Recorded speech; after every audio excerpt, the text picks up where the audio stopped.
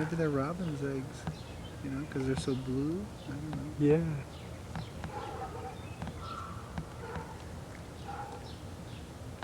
These are apple blossoms from this, I think it's kind of like a golden delicious apple tree if I remember. And this is the beginning of May, and apples are blooming in May, and my parents, Joseph, Torma, and Leonie Gagnon, were married in May 19, let's see, 42, I guess, 41. And that was the song that they chose for their wedding song. How's it go? I'll be with you in apple blossom time. I'll be with you to change your name to mine. Someday in May. That's all I remember, so I'll have to learn the words. In apple blossom. In apple blossom time. Yay, apple blossoms! Watch, we can get some of them to fall.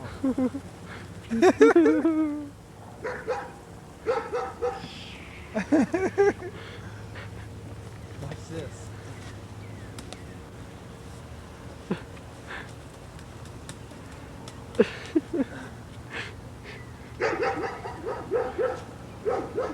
Nature's toys.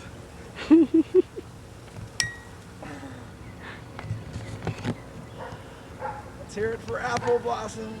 Yay! And I think it was like me, Paul, Jim, and my dad. And we're fixing the roof. And like a lot of things my dad fixed, it was just kind of patchwork. You know, throw some things on there to keep it, you know, together somewhat. Aesthetics weren't really important to him, and gardening and getting the garden going was what really was important. So he didn't have a whole lot of time or money to spend on this kind of thing, so just kind of hold it together. So that would be my guess. Whatever we were doing was kind of piecework. There he is. There's the grandpa monster. So Mr. Tharp comes out, and he comes walking over here, and Mr. Tharp never really had much to say to us that I can remember of any good. And so he comes walking over, and he says, "I'll give you $100 to tear that thing down." And we were like, I remember feeling frozen in my tracks, like, oh shit, uh-oh, what's gonna happen now, you know? And my dad was never one to pick a fight or never one to argue. And he just turned around and said, "No, thank you. We like it." It was a great lesson, a great lesson for me in that, you know, avoiding unnecessary violence or conflict with people. Just be pleasant. That was neat. But don't be pushed over. Yeah, right, but don't be pushed over. Morning, Doug. I got a pair of them in the driveway. Eat the driveway up all the time, every morning. Wow. You're not going to have any driveway right. I don't know what they get out of there, but they're always out there. Hey, well, we still have some light. Let's walk around Sure. the greenhouse. The little greenhouse was a homemade sauna. You know what a sauna is? And an elderly Finnish couple used to live here. And they made their own little sauna. They had a big pile of rocks in there. And they had an oven where they built the fire under the rocks. And then when it was real hot, they'd throw a lot of water on it. They'd go in there and take their steam bath. Then they'd come out and beat themselves with branches. They beat themselves with branches? Sure, stimulates the circulation of the blood. Huh.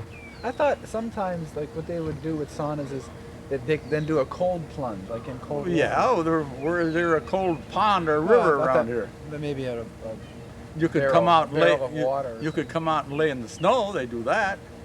Lay down in the snow. So they hadn't used it Yeah, for that's the a last good way. 5 or 10 years that they were here.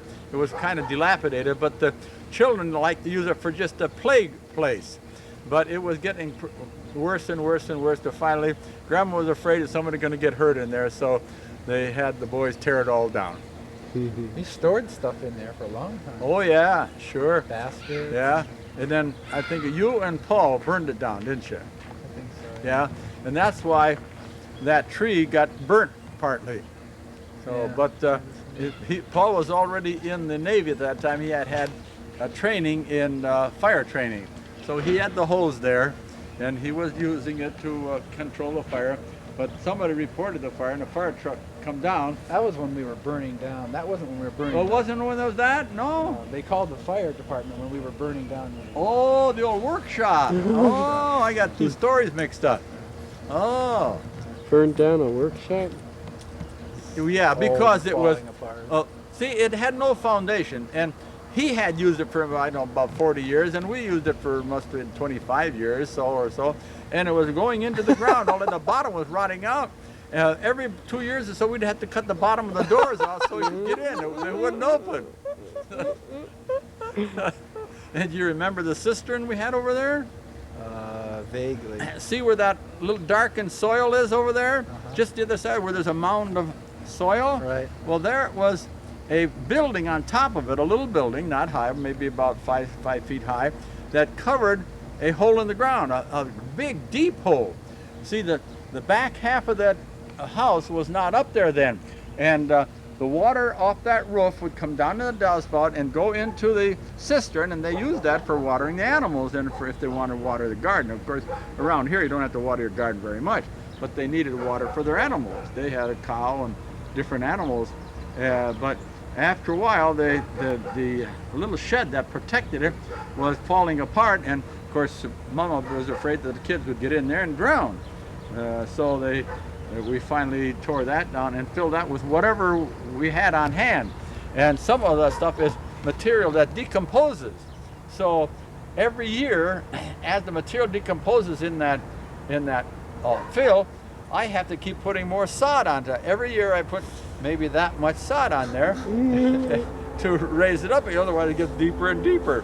Well, this year already I must have put 10 milk crates of sod on that.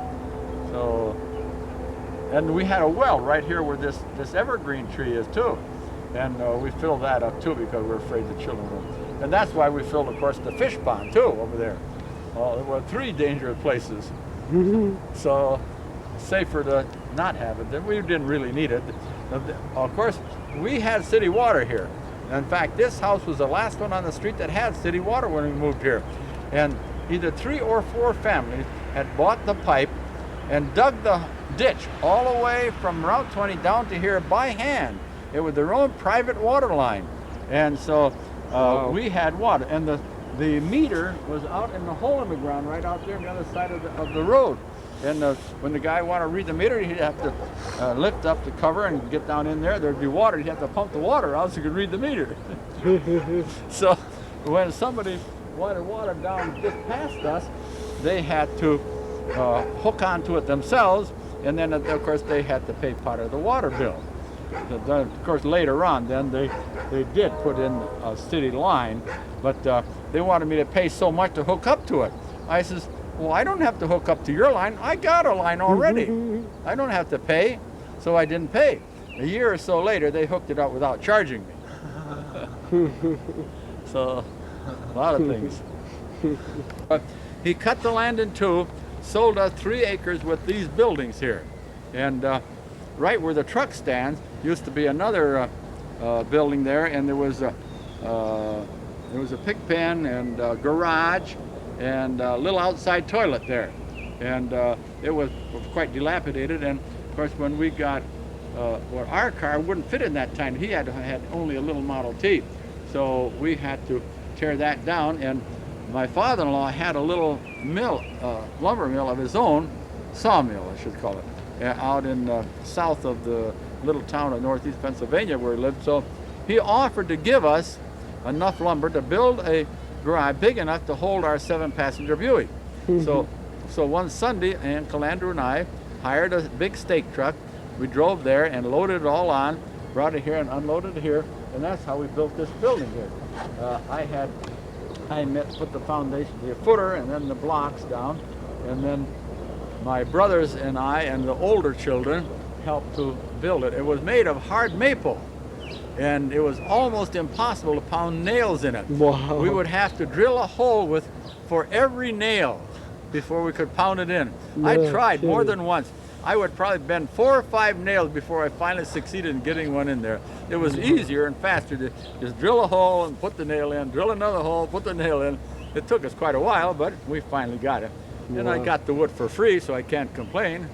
So, and then a few years later, after we had the house covered with this kind of material, then we had the garage covered with it too. So when we first built it, we did not have enough what they call stringers across to hold it firm. It started leaning. So I finally got Joe Latek. You remember the name, Joe Latek? He was a pretty good carpenter. And he came and he raised it up, put more stringers across, put reinforcements on it, and so since then it's been standing up pretty good. Of course, now we have a concrete floor. It didn't have a concrete floor before. It was just a dirt floor, and the dirt would freeze in the inside and start pushing the outside wall out. Is that a new foundation? No, oh no. It is the top layer of blocks is new. He raised it so that it would be higher, and at that time I was able to put the truck in there. It was raised just enough. But when we had all the concrete work done, then I think it was Laszlo Tuka said that he can make it that way, leave it that way, so that I can drive the truck in, but he will have to have a special door made, which will cost twice as much. So we said, no, we can't afford it. We'll just get a standard door, and you make the front end so that it will fit that way. So that's why the truck stays out. Now, it isn't very often it has to go in. Sometime when it gets real cold, well, I'll just come out at night and run the motor of the truck and run the heater. And if I have to, I'll take a couple of 5-gallon jugs or pails of hot water and put it in there overnight. So very seldom they'll lose anything on account of the freeze. Most things can freeze and it won't hurt them. There are some things, if cottage cheese freezes real hard, when it thaws, it separates, and it's kind of watery. It doesn't hurt it any, but the feel of it isn't just the same. But sorry, it's a small problem. Which See, one? This first little Let's tree. go over by. Okay. Yeah, it's a volunteer. What I mean, it came up by itself. Oh yeah, I like those. And it has pretty good cherries on it, but I never spray it like I probably ought. I don't want to use any more poison than I have to. So they tell me that black walnut trees have something in them that discourages certain kinds of plants. In fact, there was another little tree closer, and that one died. So the reason it died, I can't tell you. But it looks like there's another little cherry tree, the same thing, must be from one of the seeds. But I've never seen a tree almost horizontal, the trunk of the tree almost horizontal. See it? Down Yeah. Oh, underneath yeah. there? Almost horizontal. Trying to get away from the black walnut. I don't know. Maybe. What else can I think of? I don't know. Maybe someone came out here and sat on it all summer long. Maybe. These are all garlic here. It's all garlic. Wow. You ever taste a leaf of garlic? Uh-uh. Tastes like mild garlic. Yeah, real mild. Oh, nice. It's edible, I guess. These are volunteer black walnut trees all around here. That came up from the nut that fell off of this tree. Huh. And these plum trees here, used to be another one here, were planted by my brother Steve. He had raised them. They're getting pretty old. They're dying off. And these are raspberry bushes that the birds planted for me. Oh, nice. And this is a grape that the birds planted for me too. Right in a row. Do you have any idea when Uncle Steve gave these to you? Well, I'd say at least 30 years ago. Maybe even more, I don't know. Oh, see these two little trenches like? Yeah.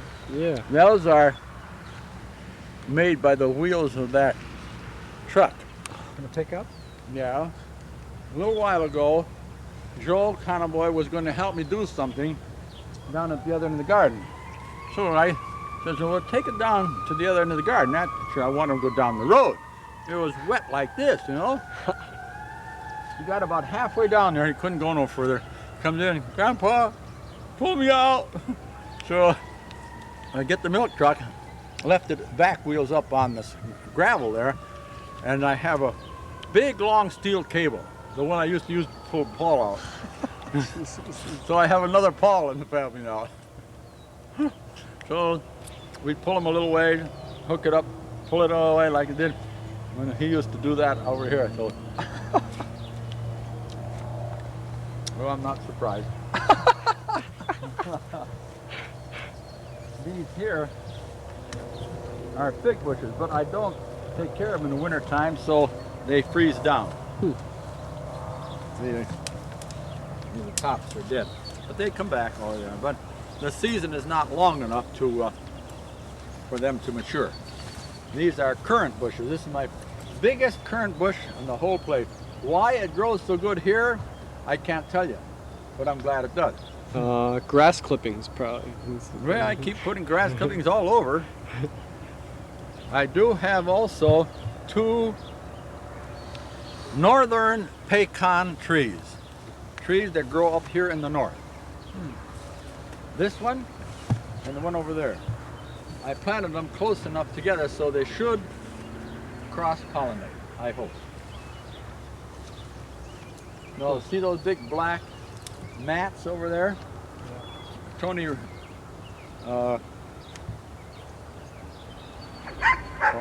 Oscar used to work at some factory around here, and they had great big long belt. That was a part of a big long belt for a machine. He got a bunch of them. He asked me if I wanted some. Sure. They were twice as long as that. It was so heavy that I could hardly handle them. So I got my hacksaw and cut it in two. Then I drilled holes in one end of it and put some wire so I could pull it and carry it. These, of course, are the blueberry bushes. Now that is a little apple tree that Uncle Andrew got for me a couple of years ago. It's blossoming beautifully now. Oh, yeah. The bumblebees, See them? Yeah. the bumblebees are the ones that usually do the pollinating for my blueberry, because usually it is still a little bit cool for the regular honeybees to get out in this time of the year. So you notice there's no honeybees out there. In a nice warm day, they will get out, like we had a couple of days the other day. But these weren't blossoming yet at that time. I think I had 3 varieties of blueberries. You can tell by the difference in the timing of their blossoming. See, these are not blossoming. Those are, and down at the end they blossomed a little bit, a couple of days ahead of those. Huh. These are not as big. The ones down there are the biggest. In fact, the first 10 bushes, my cow trimmed it one time. Chewed the top, 8-10 inches off. These are, What happened here that there's an opening? about 15, 20 years ago, I don't know how long ago, quite a while ago, I offered Mike Hamper some blueberry bushes. Well, I dug out, I don't know, maybe 5 or 6, one here and one over there, and a couple down there. And of course, he was afraid that if he took them, he might get some wild morning glory. So apparently, he washed all the dirt off real good, and I must not have planted them right away, because none of them grew. If he had them left them, you could do that. You could stick them in the water, get all the butt. Keep them good and wet. And when you plant them, don't just plant them, but soak them down real good, so that as the water soaks down under it, it draws the wet soil right down tight to the little hair roots. See, the hair roots have to live. If they don't, the plant will die. What's that tree there, Bob? Mulberry. Mulberry tree, yeah. It came up by itself too, and there's another one over there. One over there in the other garden. Only reason I let this one stay is that the robins like this too, and they don't eat quite so many of my blueberries when those are yeah, when those are blossoming. It's a distraction. But I do have to put the netting on them though, because if I don't, we don't get hardly 1 year.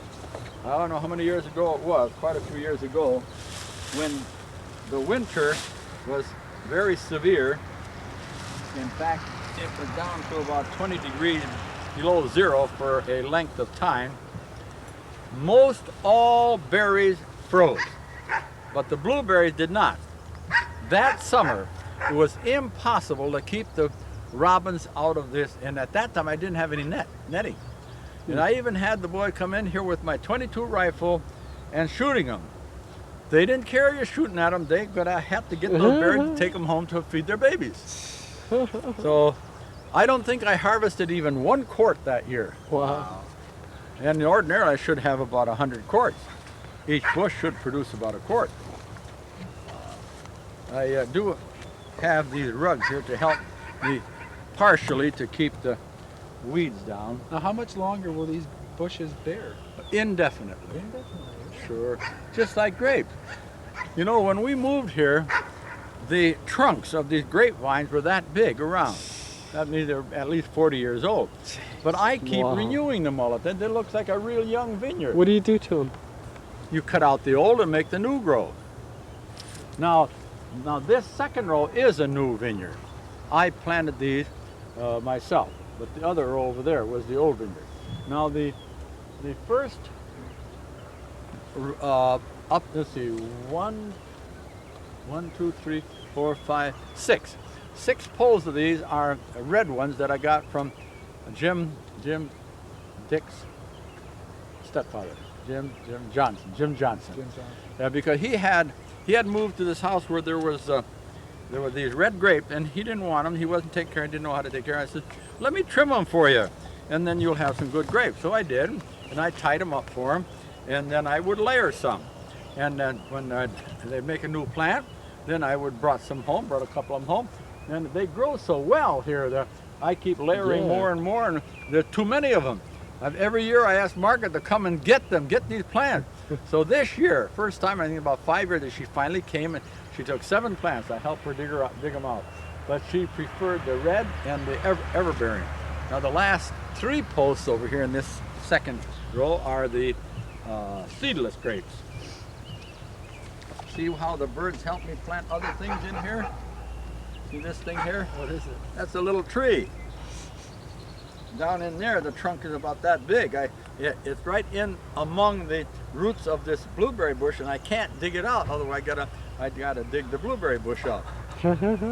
So I fight it that way. Here, this here is what we call quackgrass. It grows underground. Not quite as bad as wild morning glory, but almost as bad. And so I just fight it whatever way I can. It's too much hassle. My rhubarb over there is doing very well. I should cut those. Go over there, Stephen. Cut those tops off. Little seed? Yeah. Just throw them down any place. Cut them off. Why do you want to do this? I want the strength to go to the plant. You ever eat raw rhubarb? Yeah, a little bit. Yeah. Bring a nice big branch here for him. I did pick a little bit the other day, and I didn't have time to do anything with it, so I gave it to Marie so she could have it. There's another Bumblebee, huh? bumblebee,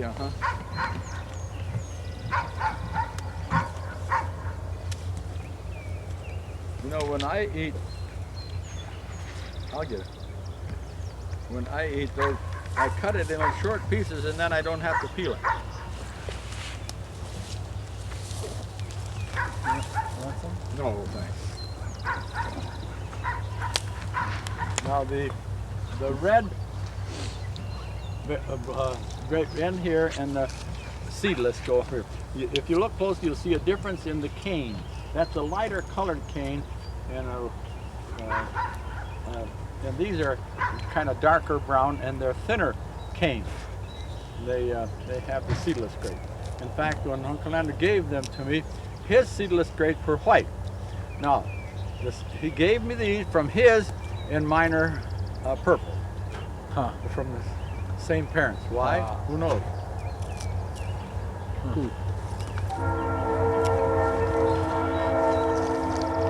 Now, Why are these so low? well, they were trimmed by the cow quite a few years ago, and I guess they never recovered. But they bear very well. Very, very well. These are the earliest ones. How often do Every year. I haven't trimmed them every year. Lately I have, but I hadn't always trimmed them like I should. Good rhubarb. Oh yeah. Now this first tree here in back of it is a volunteer the neighbor gave me. The first two trees are volunteer cherry tree. I haven't had any fruit on them yet this year, before this year, but I should be this year. So I'm anxious to see what kind of fruit it's going to be. Now the next tree there in back of it is one that Uncle Andrew grafted for me. It was a volunteer, and you can, if you look closely, you can see results of the graft right here and right here. From I forgot which tree it was. I think it's the one from Joe. What? Oh, apple. King apple? King, yeah. Uh-huh. No, apple trees can't go on indefinitely, right?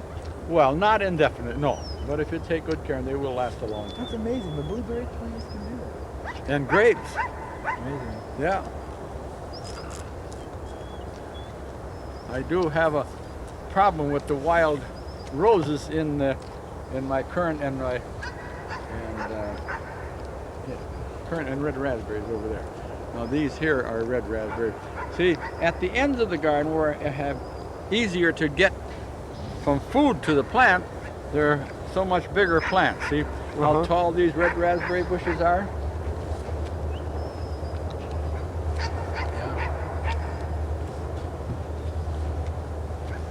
Now this is last year's red raspberry.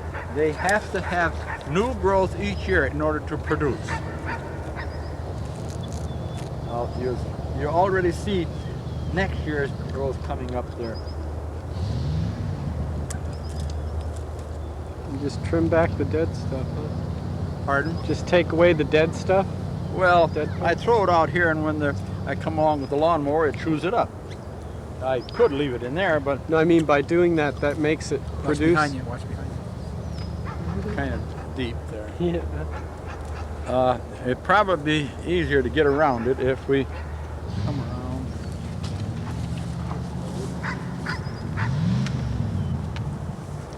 Who's been mowing that?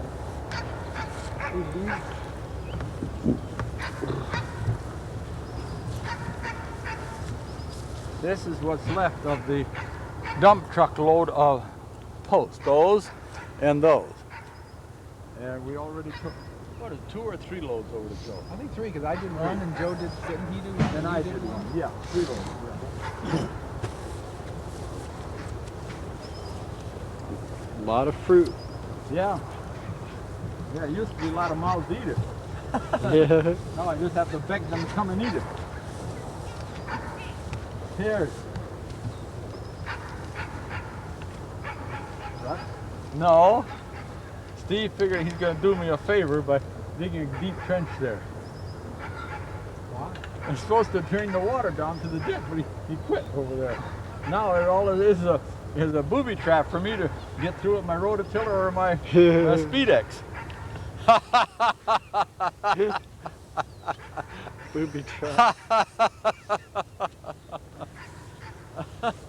Now these, when he planted these radishes, they look kind of cool. They didn't come up for quite a while. Finally, one day, he comes running over to me and said, Grandpa, come on over here, look at the miracle. He saw with the tiny little plants coming up. He was so pleased with it. That's all the sod that he dug up from there. I got to rototill that all up so that I can plant there. But if you don't dig it all the way down to the ditch, it's no good. Those are the first cucumber plants in underneath there. I had covered it completely so that it wouldn't die. But down a little farther, we brought some cabbage plants out a few days later, and it got pretty cold, so most of them did not survive. Were these gooseberry plants here when you came? Oh no. We planted them. Where did? This originally was a hay field. This side of the grapes, this is where he raises hay for his cow. In fact, the lady who lived in one of these houses over there, I forget which one it was, after we changed this to a garden, he says, boy, you double-crossed me, you destroyed my strawberry patch. The wild strawberries grew over here. She used to come over and pick them all the time. This is last year's carrot patch. They didn't get very big, so I didn't harvest very many of them. And the weeds got so big here just this year, so I went over it with the lawnmower and cut it down that much so it won't be so hard to rototill. Now, I think this first row here is supposed to be sweet corn, but it's been so cold and wet, I'll be surprised if anything comes up. Now, if you look along here, you will see something left. It's dead, but that was a cabbage row. First it got too hot, then it got too cold. And there's one cabbage plant here, a couple down there. Now these three here I just put in recently. These are some more the cabbage plant, cucumber plants, cucumber plants. Those are our biggest plants, the cucumbers. And I knew it was quite cold, so I covered them like that. And either too cold or too hot, both hurts the tender plants when you bring them out. So they have to get hardened, what they call hardened, to be able to resist the high and low temperatures before you bring them out. I told Mr. McIntyre to come a little bit closer when he rototills to kind of fill this up a little bit. So he did. He couldn't do it over here, but down this way he did. There's not much wild morning glory in here anymore, Steve. I have tried to put cover crop in here, and I've been told, I don't know if it's true or not, but it seems to be true, that wheat straw does discourage wild morning glory. Well, I hope it's true. In fact, last fall I did broadcast a little bit of seed down into the middle of the blueberry bushes, but apparently none of them grew. I'm hoping that I can get some of them to go in there because there's a lot of wild morning glory among my blueberries. So we'll see. Now, right in back of you is the gooseberries with those tiny little blossoms in back of you there. These are gooseberries. Gooseberries, yeah. Those bushes right there. See the tiny little blossoms on them? Yeah. Gooseberries are those green berries that are kind of always sour. They never get sweet. But gooseberry pie is, oh, yum, yum. So delicious. It's sweet and sour at the same time. Now this big tree here is an almond tree, but it blossoms so early in the spring, there's always some frost. If it doesn't kill the blossom, then it usually kills the tiny little fruit. And as it was blossoming, there were 2 or 3 frosts. So hardly ever get more than 2 or 3 dozen apricots off that thing. And there's enough blossoms on there, you should have a couple of bushel. So right next to it is a peach tree. It was bigger than that, but those little worms get in there that drill right into the wood, and they kind of suck the juice out of the plant, and it killed the main part, but some more branches come up from on underneath, and last year it had fruit. That's a cherry tree that's a volunteer too. It does have some cherries on it. And then that's another apricot tree in there that Uncle Andrew got for me. So we'll see if that has anything this year. My biggest disappointment though is the second tree here on the left. That is supposed to be one of the best kind of plums there is. In the last 3 years, I have not succeeded in harvesting any. Just before they get ripe, some sort of a mold or a fungus gets into them and they drop off.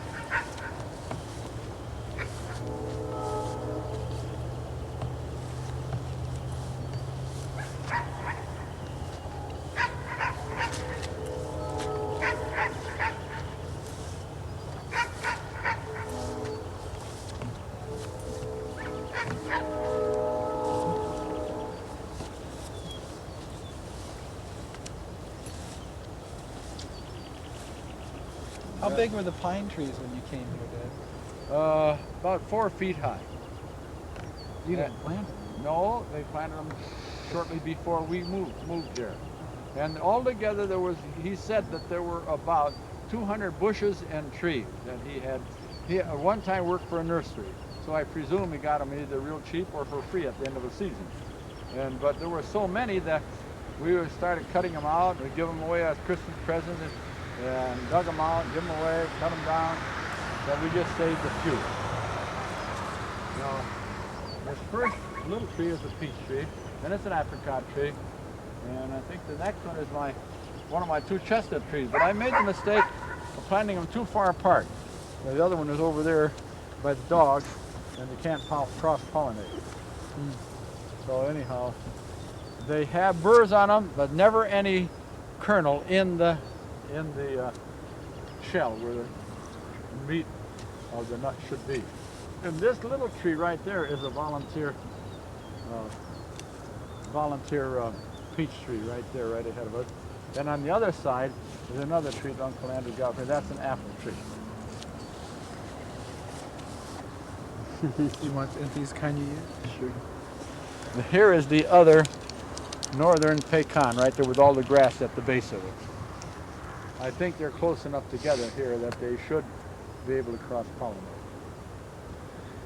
Do you remember one year there was some kind of tree that was over here somewhere that you'd been trying to get to grow fruit for a long time, and then one year there was one, whatever it was, apple or peach or something, and then one day it was gone?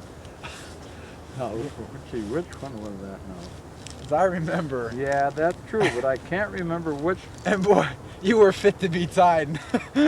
And we, as far as I know, it was none of us who ate it. but you'd just nurse this thing along, and you were so proud of it. Yeah, I can't. It might have been the grafted king tree. It might have been. This was a long time ago, like 20 years ago. Oh, well, then it wasn't the king tree then. Well, it was when I was just a wee one. Yeah, no sense. But this tree here is the one of the big disappointments. See those? There's still a few of the dead plums up in the tree. Yeah. The fungus is right in that, and it spreads from that. I try to get them all off and burn them. And some of them I haven't been able to reach. And the last few years I've tried spraying too, and it doesn't seem to help any. So maybe someday I'll recover, and maybe it won't. I don't know. Now this little tree here is also a tree that Uncle Andrew gave me. This here, I started out with about 1 or 2 rows of garlic, and it kept spreading, and it got as far as those vegetables over there. Each year I keep digging them down. This year I had the man go all through here. Now these here are the multiplying onions. They never make bulbs. They are just to be eaten as green onions. Oh, nice. Yeah.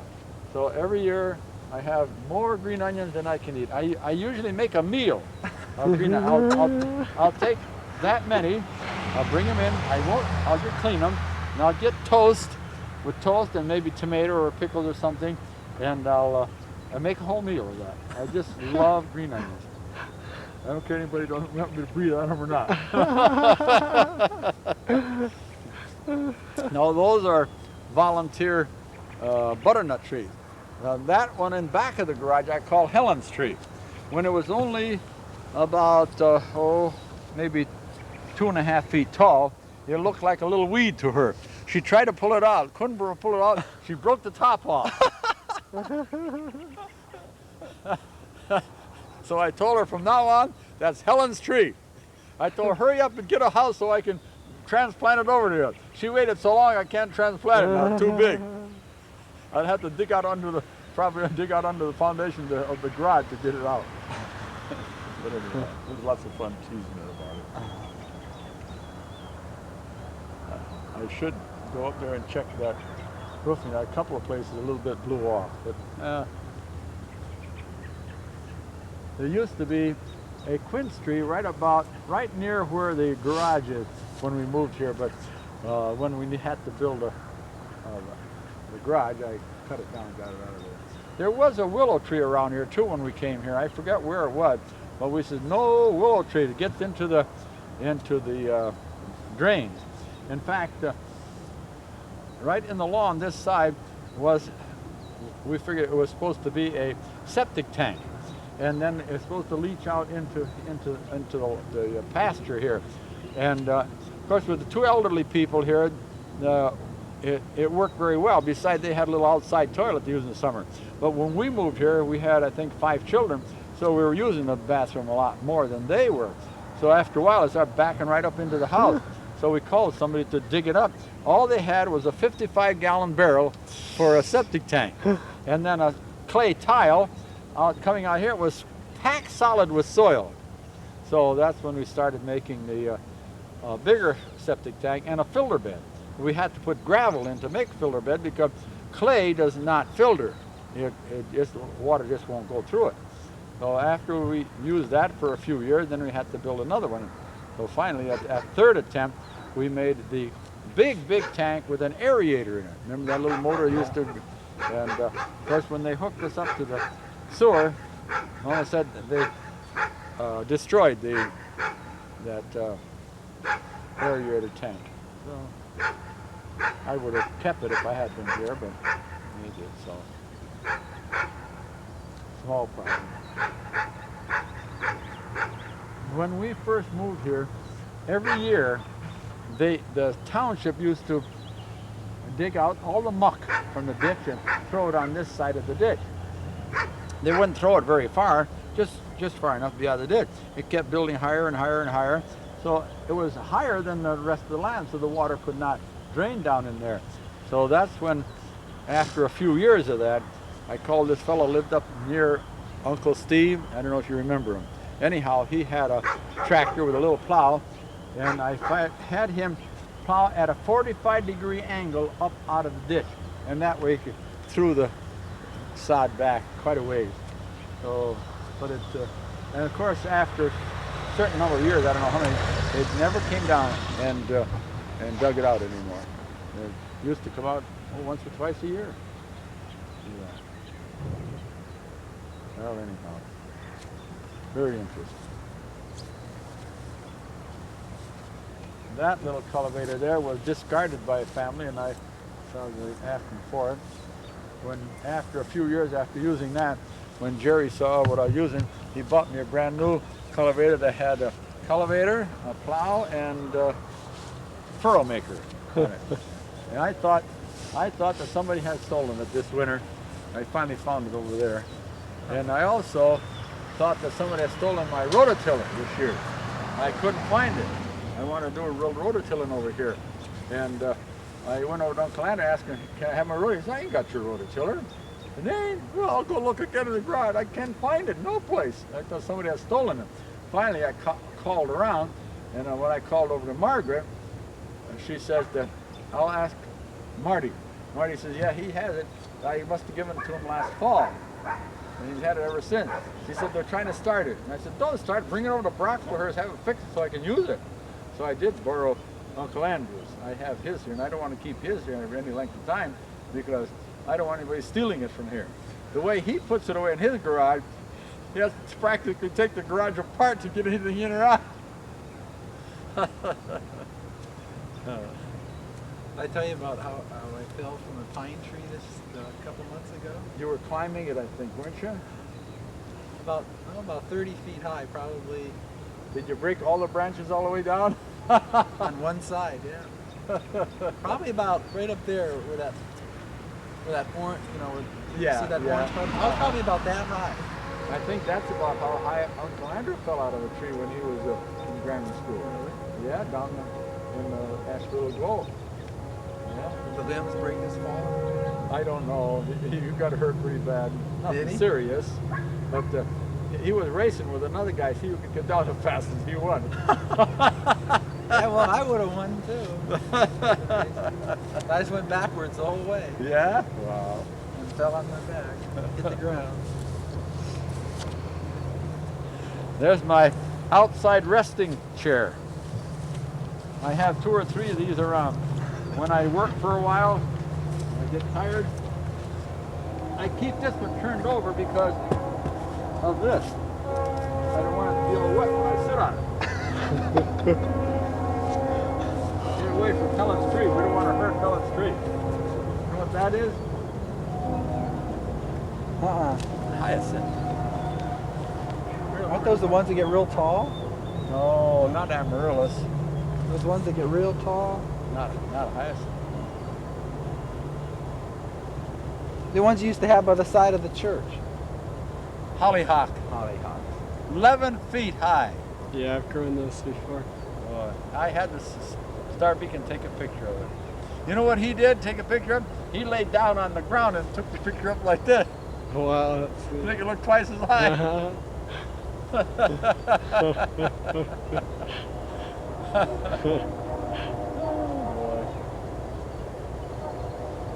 I've been wondering for several years now just how to dispose of this place before I die.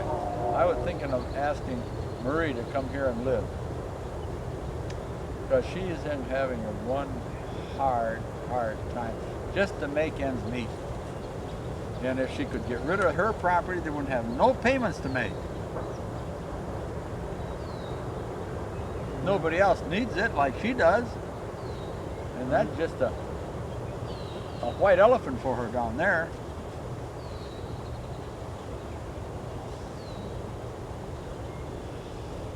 Be thinking of it. But in fact, when she first started having trouble with us, she asked me about what would I think of her moving in here. I'd like it very much. Of course, I don't want Marty here. For the sake of his brothers and sisters, I don't want him here. Not for myself. I wouldn't mind at all. But I told you one of the last tricks he did here at the house. Probably. Well, Do you want me to get this? Grandma always had this little roll of stamps, and he started using the big mower to mow out there in the pasture, and he's been mowing the neighbor's lawn over there, and she's so pleased with the work. She told him that last year I paid this other guy $15 for mowing that lawn. I'll pay you the same. So he has enough now for his 4-H club. Great. Yeah. In fact, I have 4 shopping bags of beer cans again this week from my customer at the high ride. Imagine 4 bags of beer cans in 1 week. That's a lot of beer. That's not very good for the kidneys. I wouldn't think so. That's steady. Wow. Boy. Dad, At I'm- least he recycles. Yeah, right.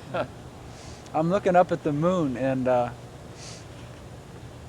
was thinking that it was 1969 when they landed on the moon. And did you, when you were growing up, did anyone ever even think that was a possibility? Of people landing on the moon? I mean, that must have just been just a tremendous shock almost, to see the kind of changes. What are the major changes you think since the time, say, when you were a boy to now? And what are the major changes that you've seen, that you've lived through, the ones that strike you as most significant?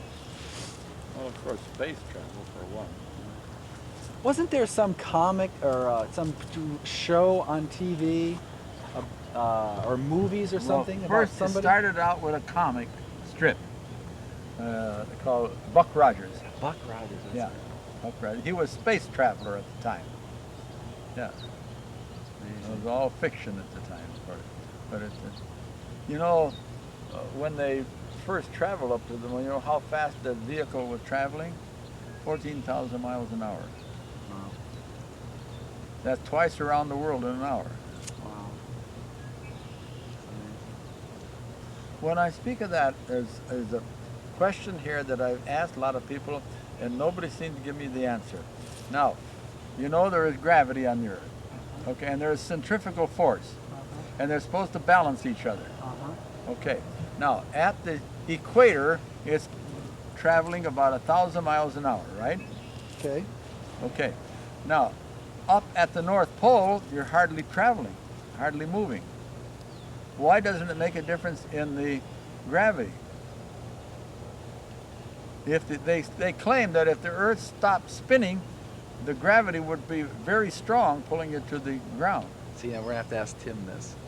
Tim would know. Yeah. A guy lives at their house. I He's a don't scientist. think they've ever actually Oh, really? made a definite statement about it. They have theories of it. really? Yeah. Well, just like how can they tell how this prehistoric elephant got frozen so instantaneously that the flesh was still edible up in Siberia, and that must have either 5 or maybe 10,000 years ago. Yeah. You can't. You have all kinds of theories.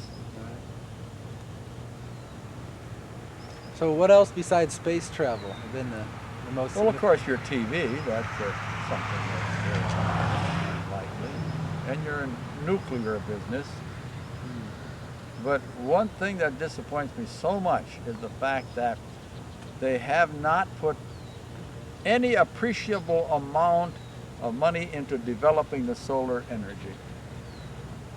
If they had put, I bet you even 10% that they do in the nuclear business, I bet you we could have. And did you ever read about this father and later on his son had developed some sort of a gadget, and the patent department refused to give him a patent on it, and people tried to kill him for it, that you take it out someplace away from all electrical energy, like your wires, and it produces energy. It takes energy right out of the atmosphere. It's just almost like a perpetual motion. It isn't really perpetual because it's taking the energy from someplace else. And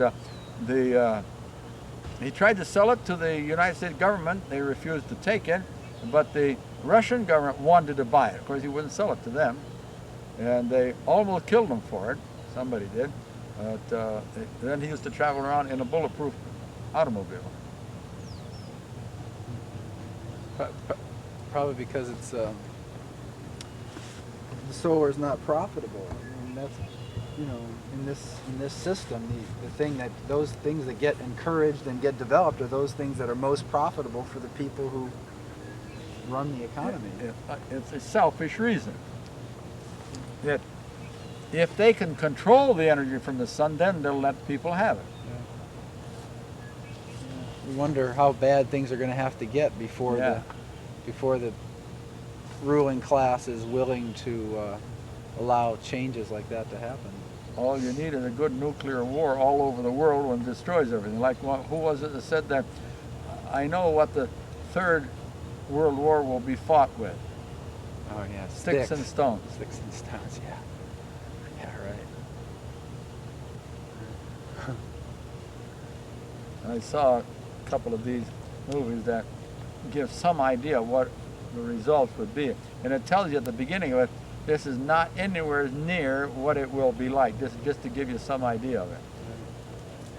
What about in terms of religion, and like in the theology and church and so forth? What have been the biggest Well, I'm changes? more or less disappointed in that.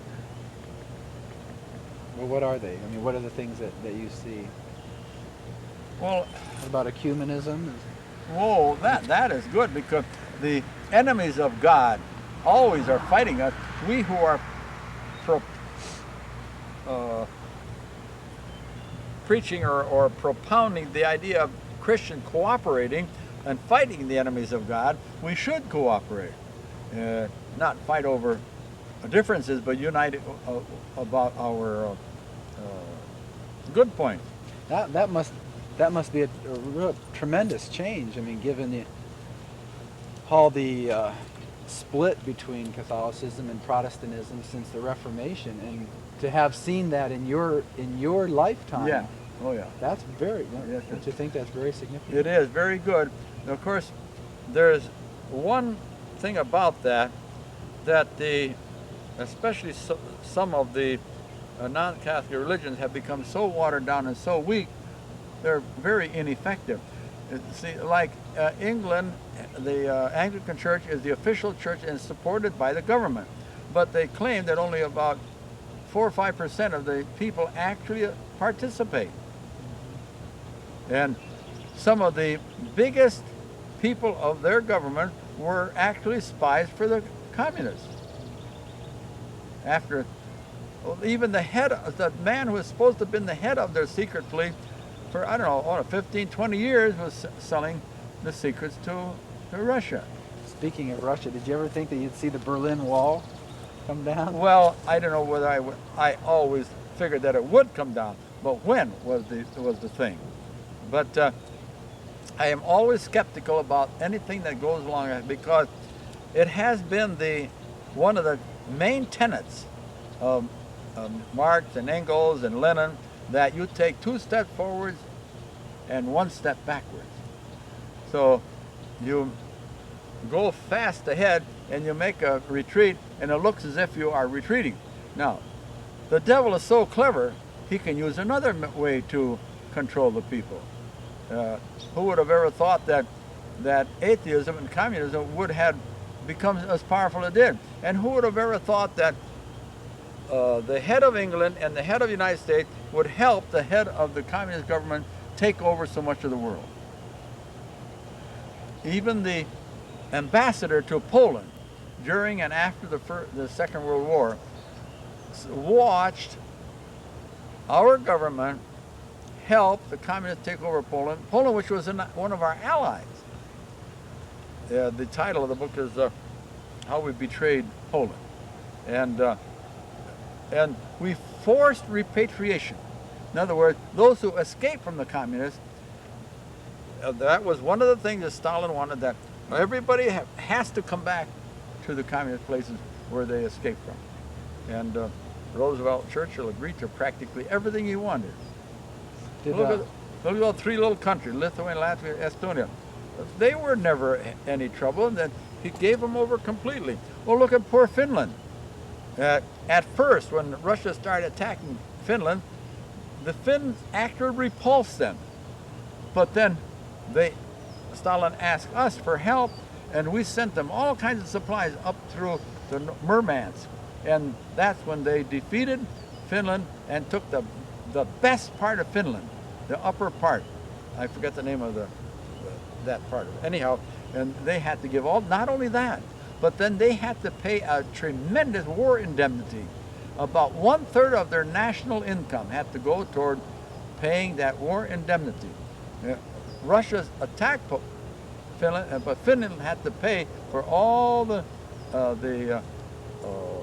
equipment, everything that Russia used to capture them. And then, on top of that, the Russia specified that they would be paid in the kind of materials and the specification that they insisted on. Besides that, when some of it would arrive in Moscow or whatever part of Russia they would say it was so much of it was not the proper condition that it's supposed to, that we ordered, we won't pay for that. They were sure that they were going to be able to take the rest of Finland over by making it impossible for them to pay off that indemnity. But the government of Finland said, no matter what it costs, we're going to tighten our belt and we're going to pay them off, no matter how hard. And they did pay them off. Do you know that Finland is the only country that paid off the First World War debt? Finland and Hungary were the only 2 countries that were paying on it. The countries that got most of the help, like England, they gave up on it right away. They never bothered to pay. They didn't pay on the Second World War debt either. So, but when the communists took over Hungary, they stopped payment to the United States. Are you planning with Jerry to try to get to Hungary sometime? I was still hoping to go. He wants to take me this fall. Oh, Yeah. this fall. Yeah. So I suppose I really should.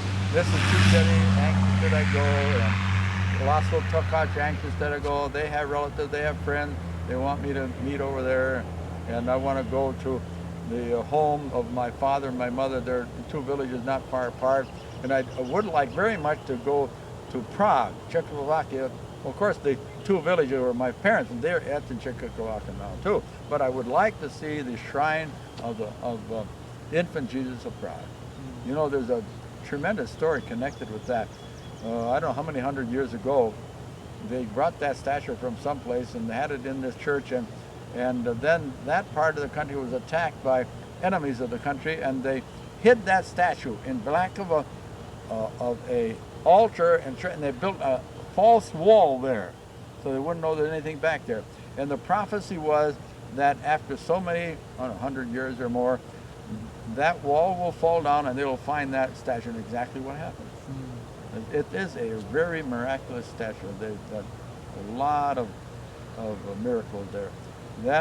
It's one of the two little books that I have that I use every day at Mass. It's beautiful. I like to see that.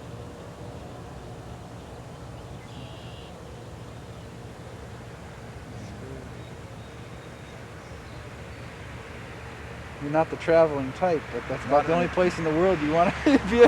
Not anymore. Nobody was more of a vagabond than I. Before I had any vehicle, I hitchhiked every place I wanted to go. In fact, I was only of high school age, and I asked my mother if I could go visit my friend, and she didn't want to let me go. She asked my brother John, and John said, let him go, let him get it out of his system now. So my mother said a year or two later that every day I want to go back to Mama, and they tell her, well, it's dark outside. She took her hat and coat, opened the door, looked out.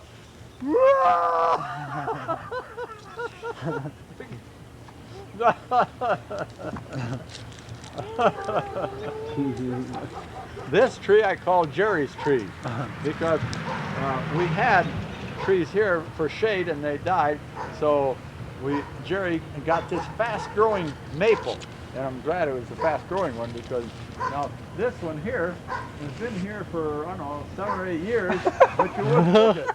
That's a hard maple from Martin's place. I'm sorry I ever planted there.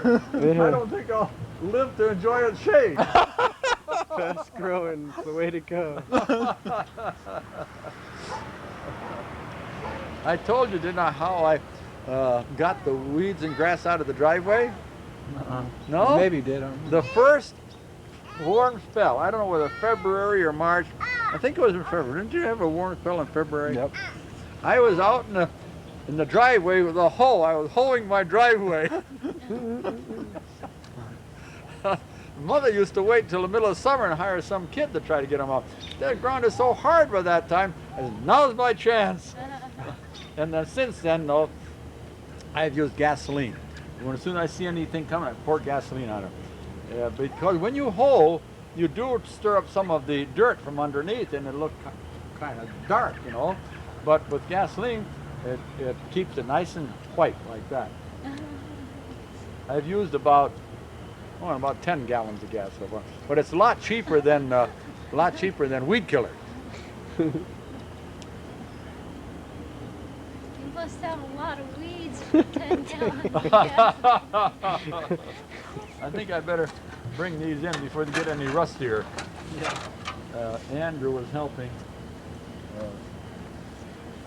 Steve make his cave. What are you doing? What are you doing? What kind of pet does he have? Where are you going? One of them has, well, they don't have it yet, but they're going to get it. I'm gonna get you. The other one I'm gonna get you. Guinea pig. Oh, I better bring these songs. I'm gonna get you. Have you I'm been gonna in the get you. greenhouse? See the plan? I'm gonna get you. Well, there's one point. I'm gonna get you. I'm gonna get you. I'm gonna get you. You want to look at the plants in the greenhouse? Yeah. What was Terry doing? sleeping on the couch. Do you make any garden at all? Yes. Well, Yeah, we got. I'll show you what plants I have, and I'd like you to take some back with you. Oh yeah. Oh, great. Yeah, we do a garden.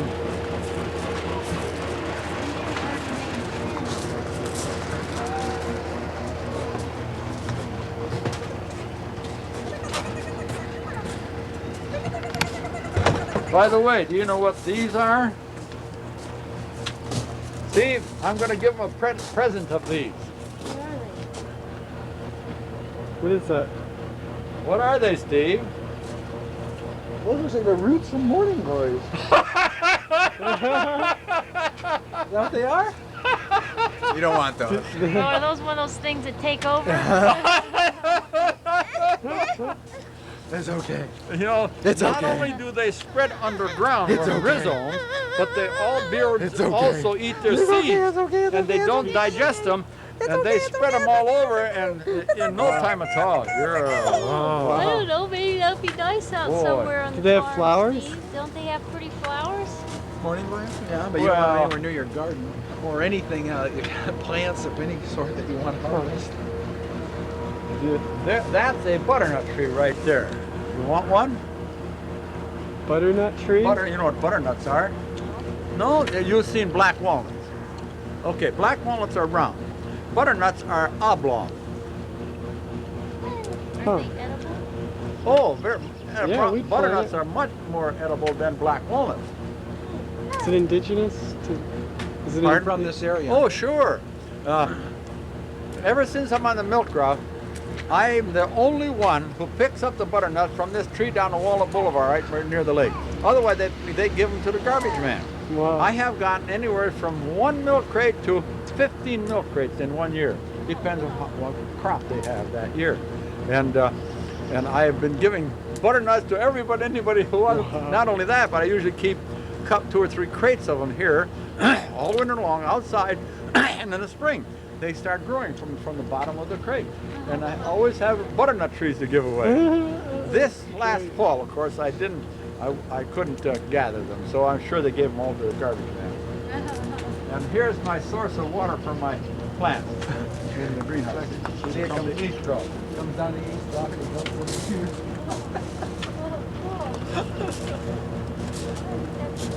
Come on, Raphael.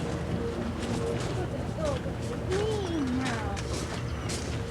You getting into those cookies in there, dear?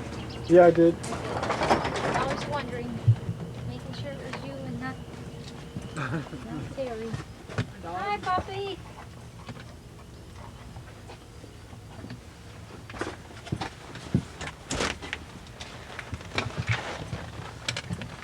There was not much sunshine here today, so it's not very warm in here. It's pretty nice. Come all the way in so they Feels can good. all come in and close the Oh, door. look at all the aloe plants. Wow. I want to give you, I'll take some aloe. good. Wow. Pull that string over there, Steve. Okay. This is my little wood burner right here that I use in cold weather. And I keep 4 cans of water on it to put moisture in the air. Yeah. Anybody want a nice big geranium plant? Yeah, that's nice. You can have that too if you Oh, want my it. sure. mom likes geraniums. Wow. Give me And- that. Good. Yeah, we need aloe. That's, Okay, and these things keep multiplying here all the time. Now just go around that way and Go you around can that see way. some more Okay. things.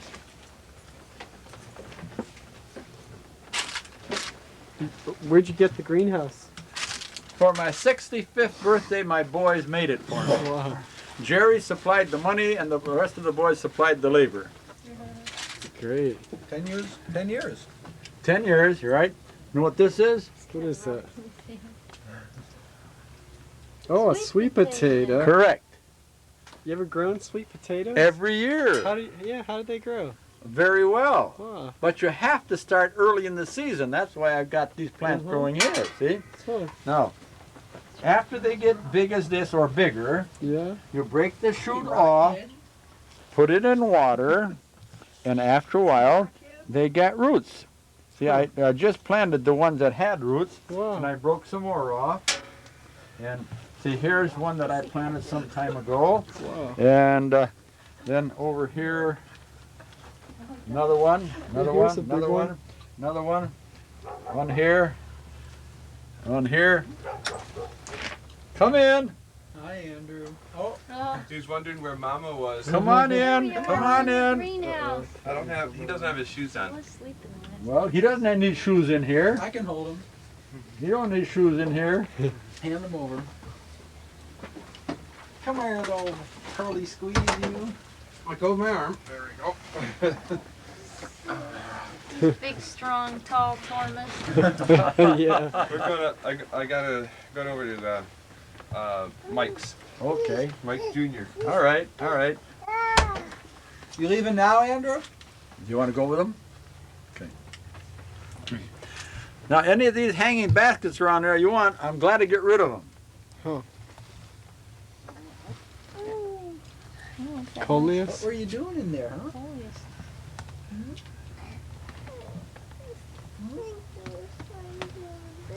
Oh, I'm all You wanna fogged go to up, bed? you know? Oh, yeah. Can you wipe it off? No, I don't have anything with me. Oh, you have to have something special. Yeah. Oh, okay. All right. But it might be interesting anyway.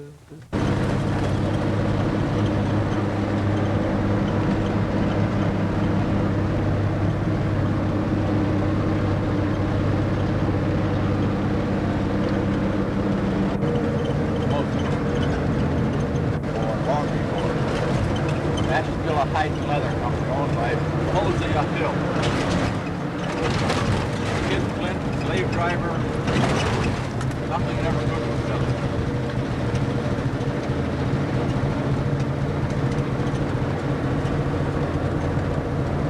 When I worked at the post office, every Sunday I had to deliver a special dueling letter to that house.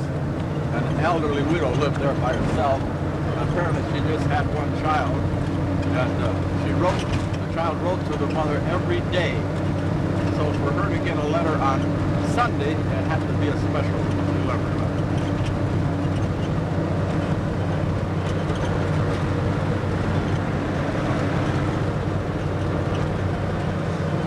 Here I was working at the Osaka. Originally the road went down through it, and down like this across the railroad. After I was almost hit by a train. It was snowy, cold, windy, and slippery, and the gate was going down just as I was going down the hill. And it was too slippery, I couldn't stop. I slapped on the brake. But he had already put one gate down, and I couldn't stop, so I broke that gate. He raised it up quick enough so I didn't break the other gate, and the engine went right back, looked past in back of me. I had so many close calls. The good Lord wasn't any reason for not letting me go home. Red light. Red light.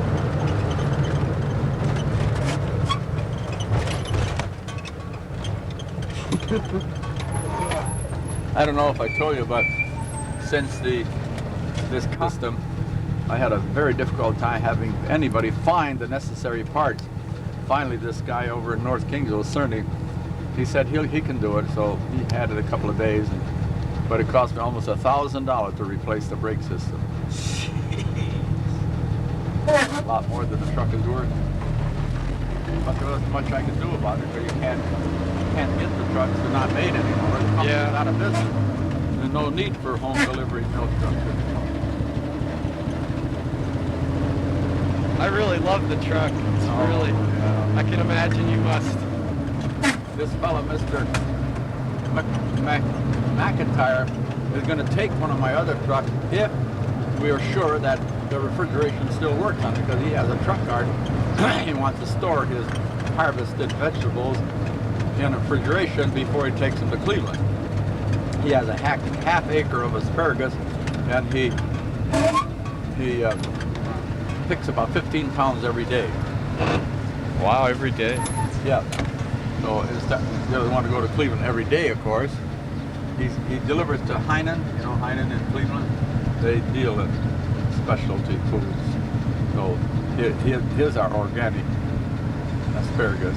So he gets about twice the price of the non-organic.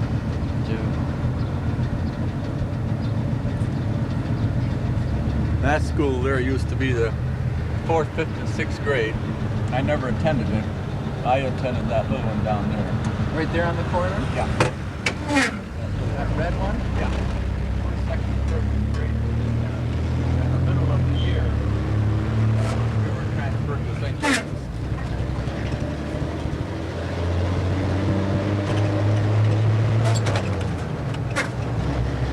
One of my uncles lived in that corner house right there, Rokotsky. The oldest son owned the first home the home that Margaret and Mike first rented down on Hope Avenue, Georgia Road. Oh, so that's how they got that house? Because you knew somebody?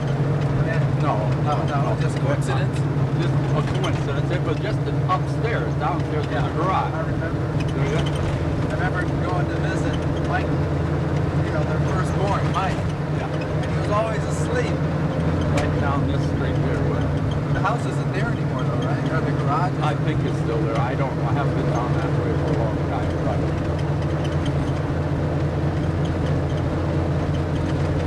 But I had a customer there, I forgot before or since then, and as she was moving out, she hadn't paid her bill yet. She wanted to pay me, and she had given her key to the landlord, so she couldn't get back in the house to get her purse to pay me.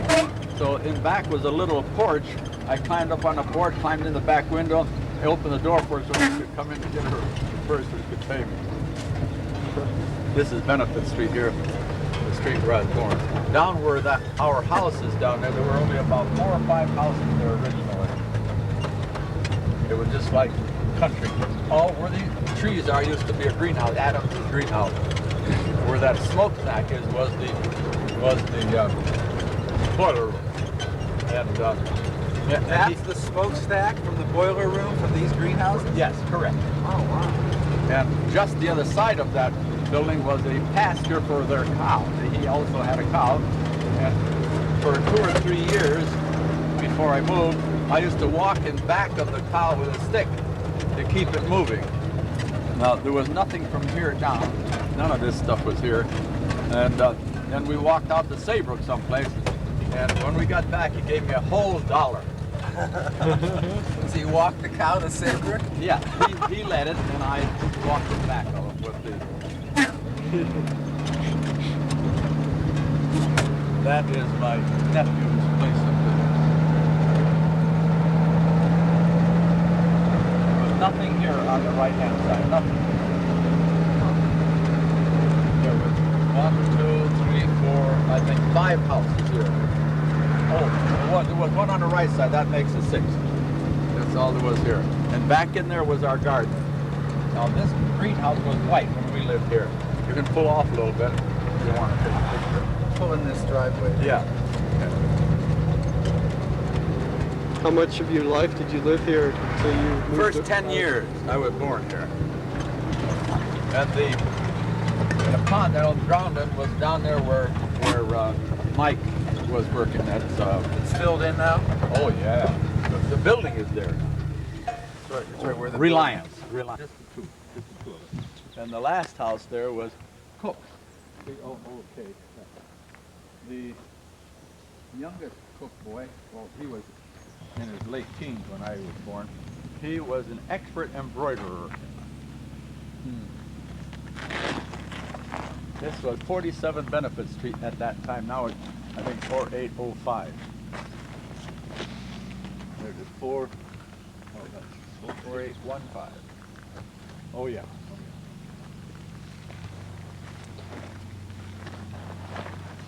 There was one tree here, and none of this here was here. This tree was here? Yeah. Oh yeah. Oh, so this tree was here when you lived here? Yeah. And That's neat, isn't it? Yeah, my older really. brothers used to climb up the tree and could see the spires of St. Joseph's Church.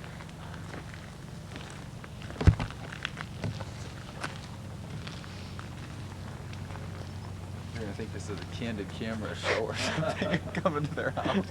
Might be early for him. Look at the sumac here. And the one nut He tree. doesn't think that. See, 1, 2, 3, 4 nut trees.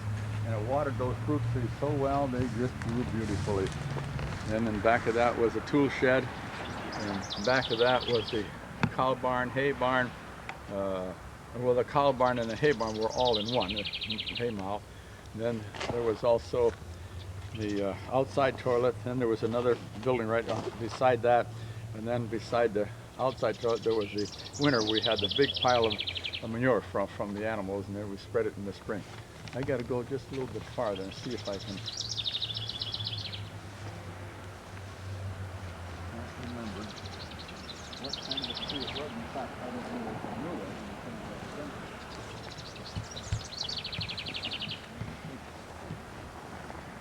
I think it was a maple, but I'm not sure. Now, how big was the property that you owned at the time? About to the, almost to, I presume it was probably up to those trees there, and maybe the other side of those trees there, and just about 3 or 4 feet this way from the house, and Mihalik's owned that little lot there. In fact, Mr. Mihalik was accused of, quite a few people worked at the central car repair shop right down the end of the street, and they would be repairing cars that sometimes had stuff in it and with seal on it, see? And they would break the seal and go in and steal things. Whether they did or not, I can't tell you, but he was accused of being one of the guys that stole stuff, and the railroad police came after him one night, and he started running away, running down through the field, and the officer shined the spotlight on him and shot at him. So he didn't know whether he hit him or not, but apparently he did, because in the morning they found him dead in the field here. This is the guy who lived right here? Mihalik, his father. The father Father of this was shot by the police, by the railroad police. detective, yeah. Yeah. That's the second time the older children of the family were orphaned before. Their last name was Rats. And then the younger 2 children was Mihalik. Or twice she was a widow. I don't know how the first one died. But I don't think the tree is here that was here when we lived here, because my brother John, there was kind of a low-hanging branch about this high. He'd run from the dog just to play with it, and he'd grab that lower branch and he'd swing himself up in that tree, and the dog was down there barking at him. He had 2 dogs, Jackie and Blackie.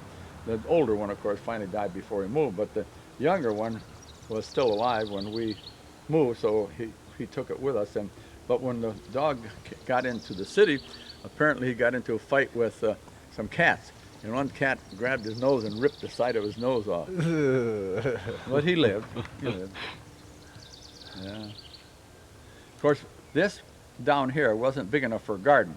The people who owned the land the other side, Other side of the road or other side of other Prospect? side of it. No, other side of it. Benefit. Just across the road there. They let us use all that we wanted, so we usually made an acre of garden there. Wow. We have to have somebody plow it, of course. Then we just worked it by hand the whole time. That's where I started hoeing. And I wasn't very good at it, but I wanted to do it anyhow, so I kind of fed, but after I'd done hoeing, one of my older brothers and sisters would come after me and improve on it.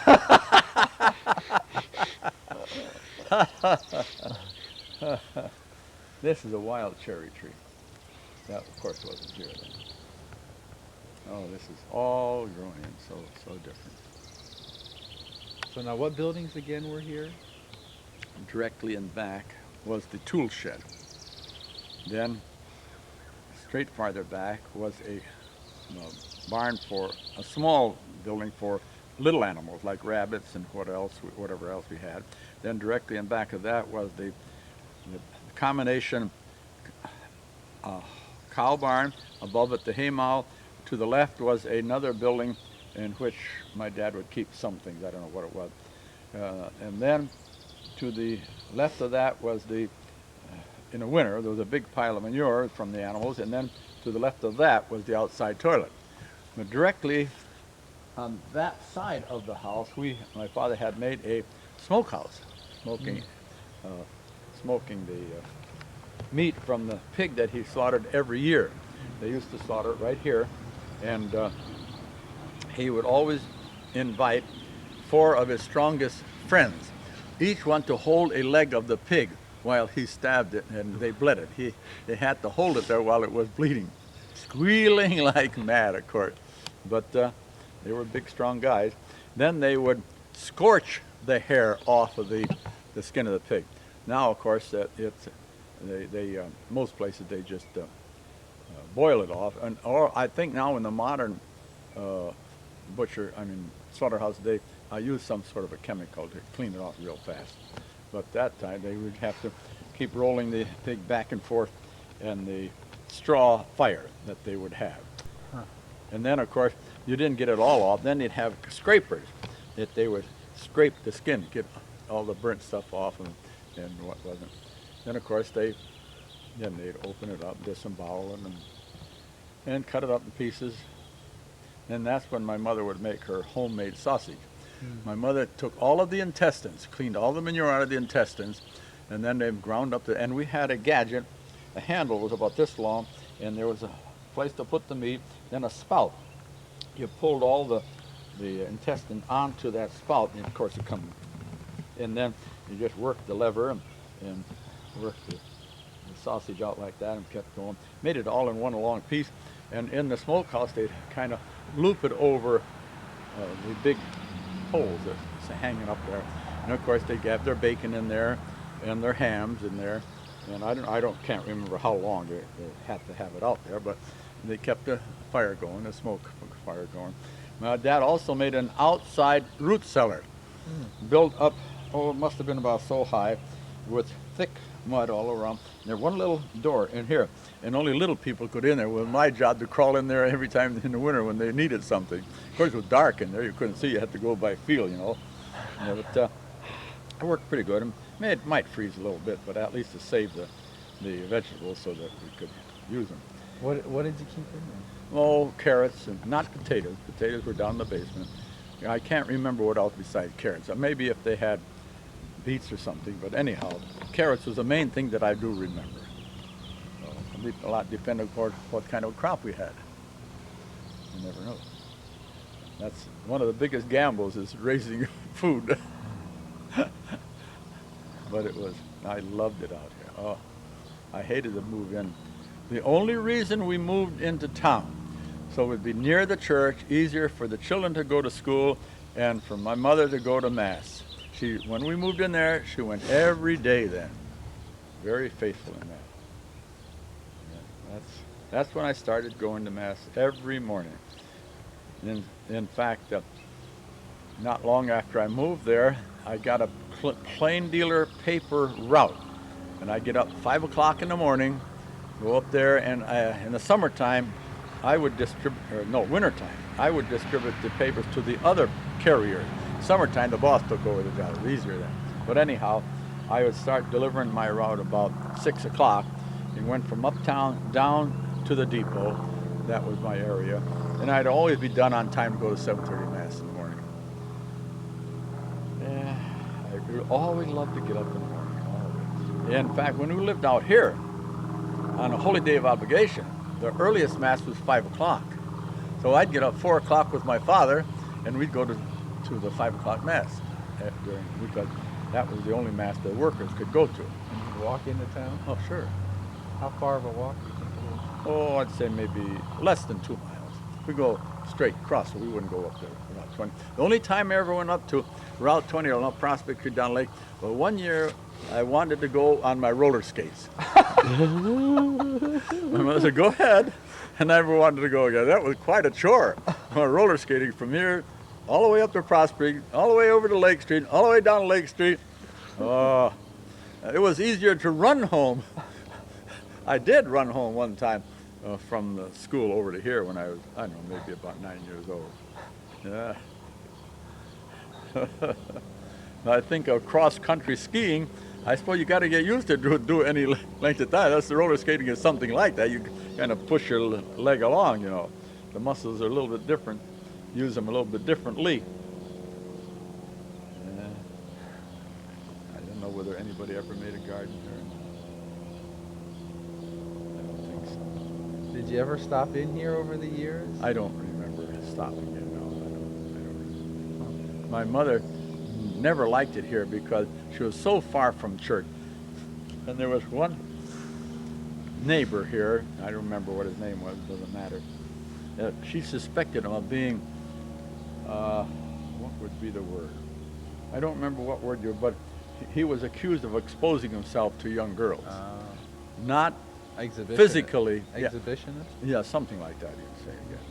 So she was, for not only, more than one reason, she was very glad to get out of here. In fact, they still owed a lot of money on the house, so they got practically nothing for the house compared to what they still owed on it. So they had to have a second mortgage for the house that we bought on Lake Street. So it was a tough grind, paying $55 a month at depression wages. That's why all of my brothers, my two older brothers, had to quit school. One was in the 7th grade when he quit school. Who's that? John. Yeah, he didn't even graduate from grammar school. Huh. And Steve was in the 9th grade when he quit school so he could go to work and help make the payments on the house, because that's when the depression came on him. That's one of the things I hate so much about our banking system. Even if you only owe 10% of the value of the house, they still don't have to give you a penny. And they resell it at their price again. So they like to foreclose on houses. They don't foreclose when they owe a lot, because it's hard to get their money on it. They wait till it's way down. Like the people building a loan, the one that had most of the mortgages around Ashtabula County. At first, they just had a small wooden frame building up on Main Street. After the Depression, when they got all those homes and sold them, they built a great, big, beautiful place up on Main Street. It still stands there, but they don't use it anymore. There's something else that is using it now. But that's the blood and sweat of many fathers of families. Did your dad like it here? Well, he liked it here because it was out in the country, like, you know, and more or less independent, like. When you live close to people, when you're used to living out, raised like that, and born like that, well, you're pretty well cramped. Do you think that this climate was like what they were used to in Hungary? Do you think it was about the same? Well, but the way they talk, the land seemed to be more fertile, like, and it wasn't. I don't think it was as heavy clay like it is over here. See, here was the bottom of a lake one time, all the way up to Bunker Hill. Lake Erie used to be that big. That's why they call it the South Ridge. It's the ridge of the lake. North Ridge is the ridge of the lake after I don't know how many thousand years, when the ice age was disappearing. Then the water became less and less and less. But that's why you have a very thick layer of clay here, which is almost impervious to water. But on the other side of Route 20, like up at our house, the soil there is sand for I don't know how deep. And because that was the edge of the lake for 1,000 years, several thousand years. And people up there garden very easily. In fact, Mr. Rigo used to live over there after he sold his store on West Street, and he always used to beat me in the spring. But in a hot, dry summer, then my garden would survive and his wouldn't. Yeah. So he liked it out here because it was in the country. Oh, yeah. I liked it too for that reason. But of course, I was glad that we moved into to the church and the school. But So- unfortunately, the first summer we lived in Lake Street, I got in trouble. Just a case of what you call Halloweening, but it turned out very tragic. We were out at night. It must have been about maybe 9, 10 o'clock at night, and there was a little Model T there, a coupe, and we saw a bag. We thought it was bananas in there. So I reached in and grabbed one and run. We got way down 4 or 5 blocks down Station Street. This was up near Prospect Street. And we opened up films. We were too afraid to go back. So we opened a couple of the films, saw they were just films, so we threw them away. The rest of them we hid under some porch someplace. We didn't know what to do with them. Of course, we should have brought them back. It would have saved a lot of heartache. But finally, after in the meantime, there was an ad in the paper. No questions asked, $25 reward for the return of the film. Of course, some of them were already destroyed. So we were still afraid to go back. So finally, this one guy, he told the authorities that it was us, and so they got most of the films back. But the unfortunate thing about it was that these were all exposed films of customers of the Wilk Darkroom. You can't replace the ones that were destroyed. So each one of our family had to pay the Wilk Darkroom $10. So somehow they reimbursed the customers whose film had been destroyed. But most of them they did get back. But it was to the utter shame of all of our families, especially my mother, because we were immigrants, we were looked down upon. And she was trying so hard to raise a good, God-fearing family. And then I would so disappoint her. It hurts today.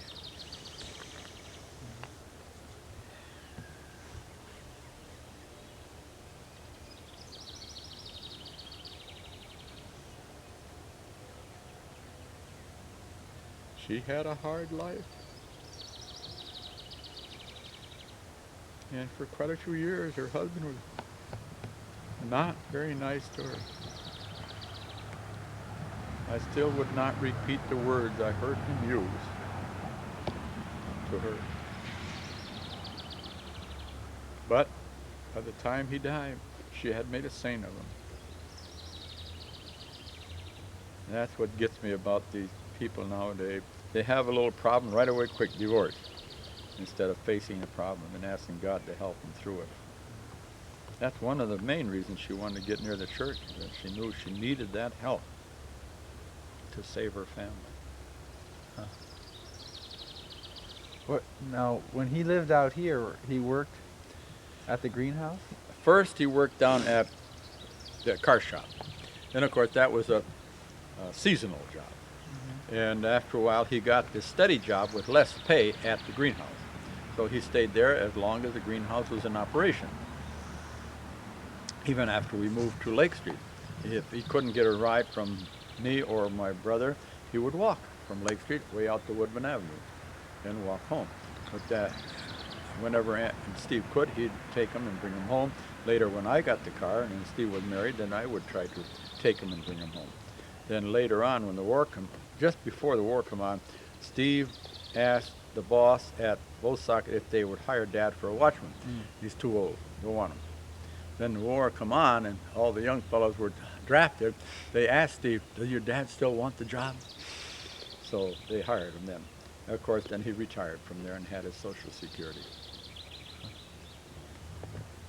That's why any company ever tells me they can't do something, I just want to say you're a damn liar. Yeah.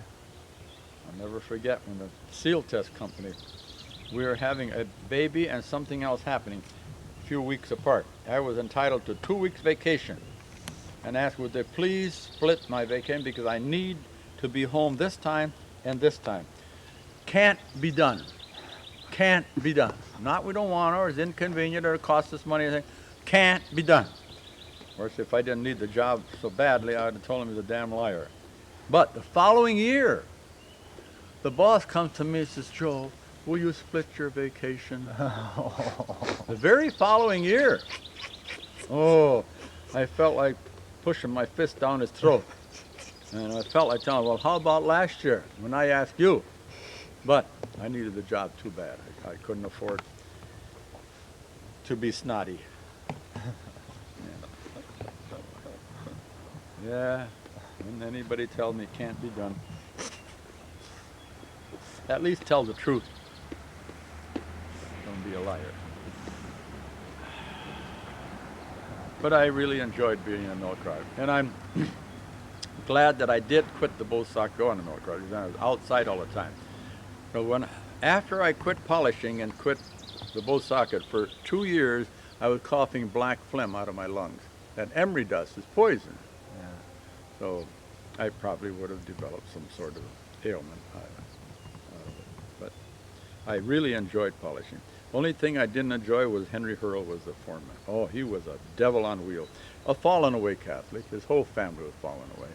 So he took great delight in ridiculing anything good or virtuous or religious. He seemed like he deliberately went out of his way to make his men angry and then go in the corner and laugh at them. He had one favorite that he used to do that way over there.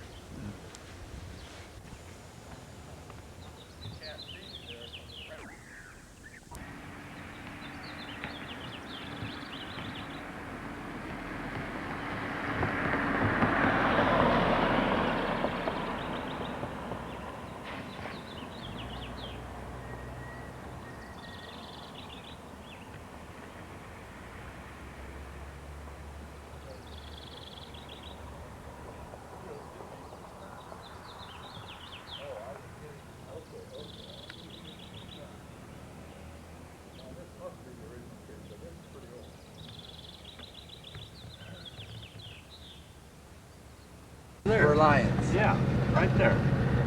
Yeah, that's real significant. Yeah. What was it? It was a pond where I almost drowned, where I learned to swim. Close that. I had just learned to swim that year. And of course on Sunday there was always 2 masses, 7:30 and 10. And I always liked to go to the 7:30 with my dad. Mother was stayed home and was making the dinner for Sunday. So when she was ready to take off, go to the 10 o'clock mass with the rest of the family, the last instruction she gave me was don't go swimming. So I said I wasn't going to go swimming. But after she was gone, 3 of the neighbor kids come along, older than I am, and kept teasing me to go. And that's my first experience with submitting to peer pressure. So I went. But they were older and they could swim better, and they dove in the middle of the pond where it's 20 feet deep. And I had never swum in deep water. I was just at the end where it was shallow. So I refused to go in. But after they got on the other side, then they were teasing me from that side. Sissy and all that stuff, you know. So I weakened again. And I dove in and got to the middle. And I went down 3 times before they got to me. At first they thought I was just kidding. Finally, all 3 of them got there, and one of them even had an inner tube on him, and I got a scissor hold on him and pulled him under too. But when they finally got me out, I was a sick boy. Sick physically from all the water I swallowed, and also sick because I had disobeyed and I knew I'd get caught with it and I'd get punished for it. But I made them promise that they would not tell their mothers so that my mother wouldn't find out. At first they didn't, but about a month or so later, my mother says, aha, you disobeyed me, didn't you? You did go swimming that time. I says, yeah. And he said, well, I guess God punished you plenty, didn't he? Yeah, he sure did. So she says, okay, you learned your lesson. I guess maybe you won't be so apt to disobey again. So I had quoted that experience many times, not only to my children and grandchildren, but even to other children. Don't be a sucker for peer pressure. You get yourself into a lot of trouble. Be strong in your faith and your desire to do what is right, regardless what anybody says or does. So I had many opportunities to learn and from the lesson that God taught me at that time.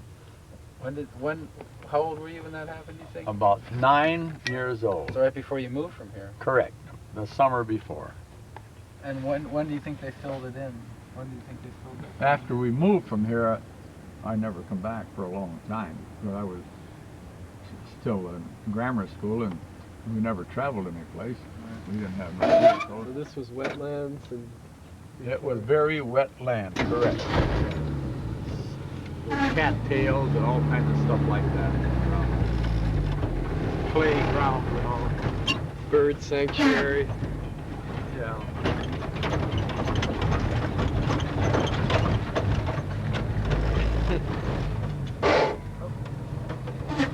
You can shift a second now. You don't have to go back. There are talking now. Conrail, Car and Material Department, West 38 benefit. Right down this driveway is where the places, where those little buildings are. Back there. There's another. And to the right where these railroad cars are used to be the coal loading station for loading the coal on into the engines, not on the cars. They would get the coal up in this big, like a tank up there, and then they'd shoot it down into the back end of the engine. And we used to go there with our little carts, and any coal that would fall down on the yard, we'd pick it up and take it home. So they worked down that street over there. Correct. And all along here was a repair yard. All along? Oh yeah. Sometimes they'd have a lot of cars to repair.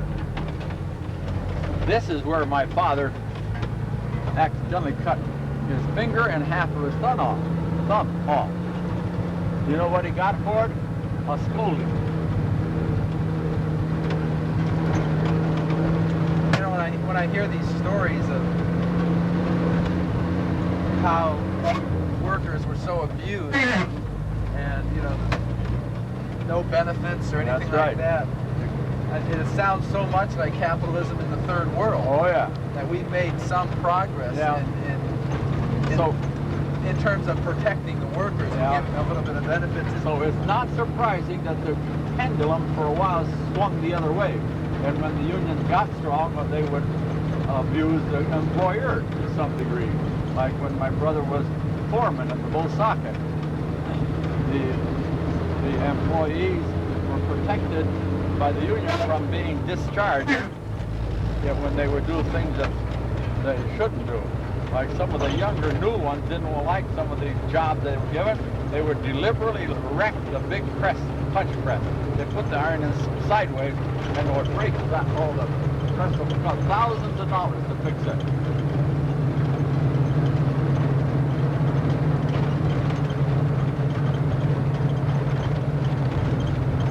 Now, is this the street where Dick Diggs and Johnson used to live? A couple of streets up. I think she is living with him now. Wherever he lives. I forget where he's told me. I think Jefferson. Is that right? The almost all the Italian families around here used to have gardens. Now there's practically no gardens.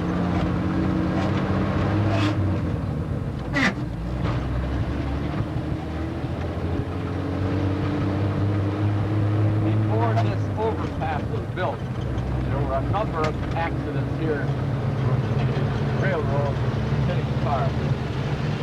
I remember seeing a touring car plastered on the front end of an engine and pieces of the body strewn all along the tracks.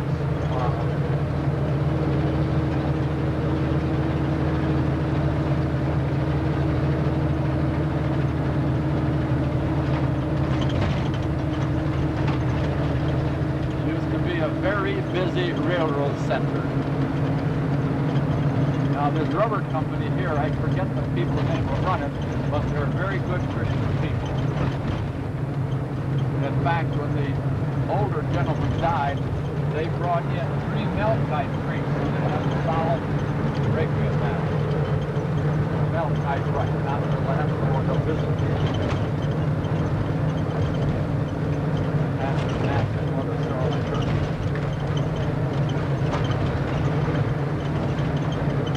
If I could get cooperation with the pastor at St. Joseph, I would like to get permission for the Byzantine priest to say the Mass at St. Joseph Church. But he doesn't seem to be the kind of fellow. This little tool place over here, a friend of mine, Jim Hurley, was a foreman or superintendent, I guess a superintendent there. And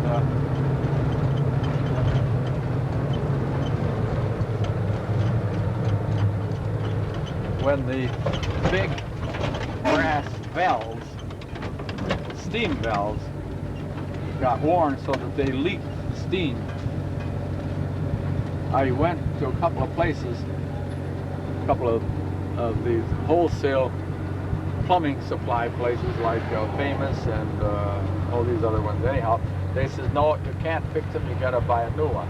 Well, how much are they? $500. Oh, I wasn't satisfied with that. I determined to look around and see what I could do about it. Finally, I thought of this little machine shop over here. So I talked to Jim Hurley, and he says, see, this, when you turn the valve, this thing slides down between 2 things like this and shuts off the steam. They got worn in there. And the threads were worn, too. And so I told him my problem. He said, we can fix it for you. They drill that, clean it all out, melt some more brass in there, and machine it out. Will it cost very? No, it won't cost very much. So he got it fixed. He called me up. How much? $50. Imagine that. That's great. Great big. I saved the church there almost $500 just in that one thing. I saved them so much money, they weren't even actually have to pay me anything because I was saving them more money than they were paying me. That's what hurt me so much when he decided that they didn't need me anymore. And then the following year, a smaller valve, steam valve. Same thing, it was leaking. So I took it off. I took it off myself. A great big pipe here. And I brought it down. Yeah, we'll fix it for you. So that was only $25. Vulcan. This is where I come to get my day-old bread. In fact, a week or so ago when St. Nicholas's had their dinner, I got a bunch of pastry and a bunch of bread here, and I left them my note with the employee, and they were nice enough, they never even bothered asking me for any money for it. And then when I came here yesterday morning, they gave me a nice big shop.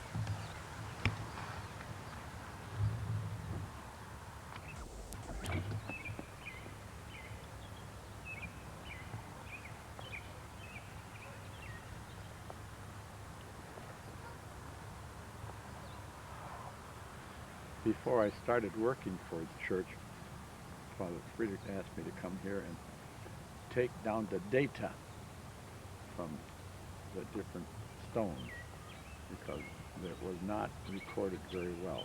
There were also some in different languages, so I took that information down in a different language. I remember helping you do that. Did you help? Yes, I didn't remember.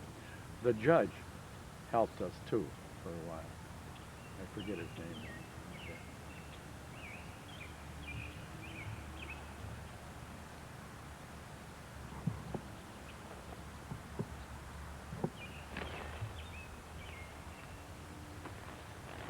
There used to be a lot of Italians living around here, but now they have gone modern. They have maybe one or two children, so there's practically no children in school anymore.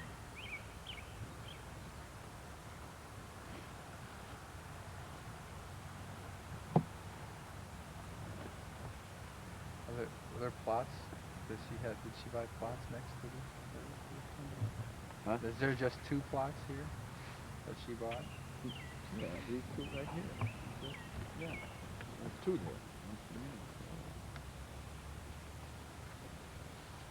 there. And Uncle Andrew offered your brother Andrew to be buried in the Torma plot. He accepted. You want to stand on the other side of that? In the picture. I did bring some of that real nice fine soil here to enrich the top of the ground. Did you decide what you're going to do for a stone? No, I want input from everybody.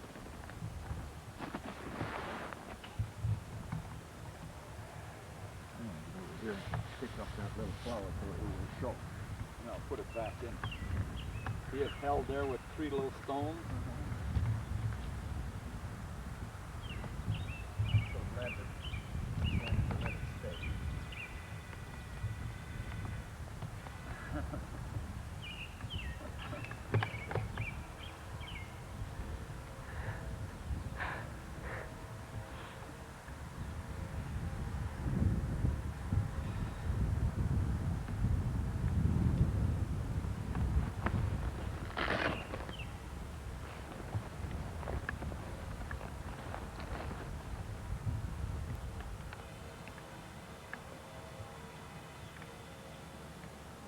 Let's go over to your parents. I have a hard time finding it all the time. Do you?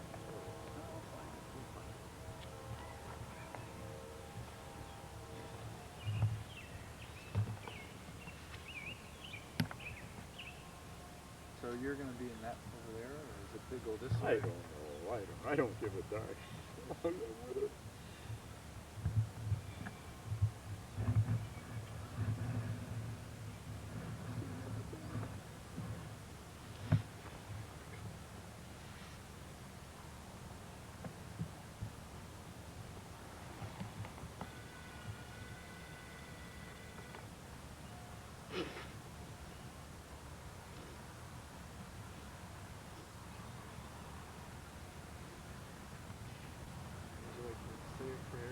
Oh, absolutely.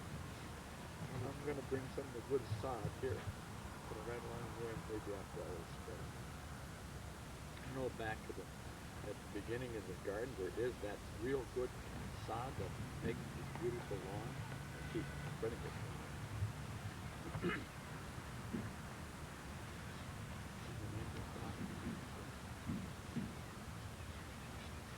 May her soul and all the souls of the faithful departed, with the mercy of God, rest in peace. Amen.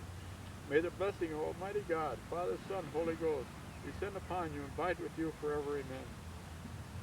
Notre Père qui es aux cieux, que votre nom soit sanctifié, que votre règne arrive, que votre volonté soit faite sur la terre comme au ciel.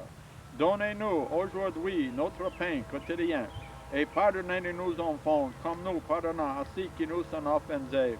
Et ne nous laissez succomber à la tentation, mais délivrez-nous du mal, et ainsi soit-il. Je vous salue Marie, pleine de grâce, le Seigneur est avec vous. Vous êtes bénie entre toutes les femmes, et Jésus, le fruit de vos entrailles, est béni. Sainte Marie, Mère de Dieu, priez pour nous, pauvres pécheurs, maintenant et à l'heure de notre mort. Ainsi soit-il. Gloire soit au Père et au Fils et au Saint-Esprit, comme il était au commencement, comme il est maintenant, comme il sera dans le siècle des siècles, ainsi soit-il. Au nom du Père, et du Fils et du Saint-Esprit, ainsi soit-il. Oh God, no more lonesomeness, no more sorrow, no more suffering. Oh God, thank you for taking good care of us. I hope someday to be with you, darling bride.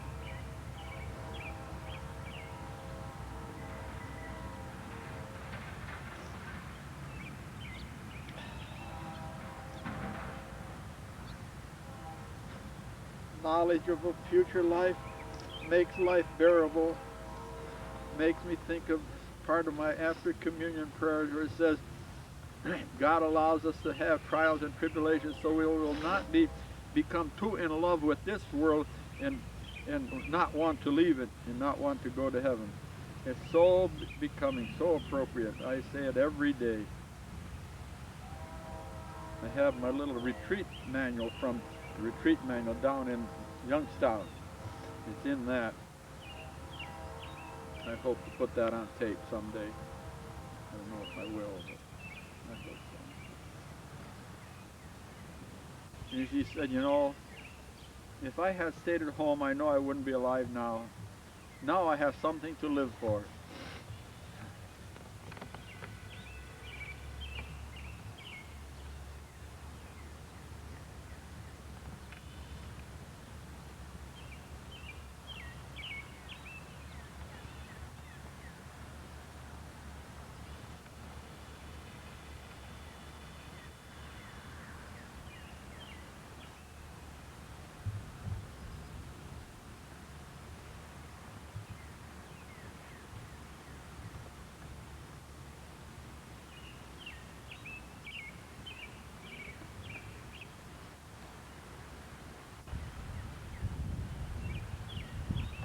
Now I think the maximum is 14 inches tall and about, I don't know, 6, 8 inches wide.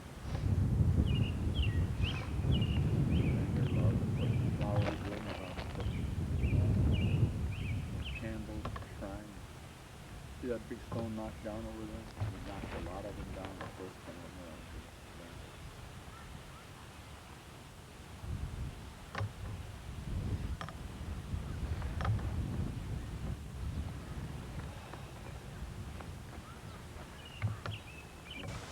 Stone ready for him. Mama was supposed to be here. I think we have 6.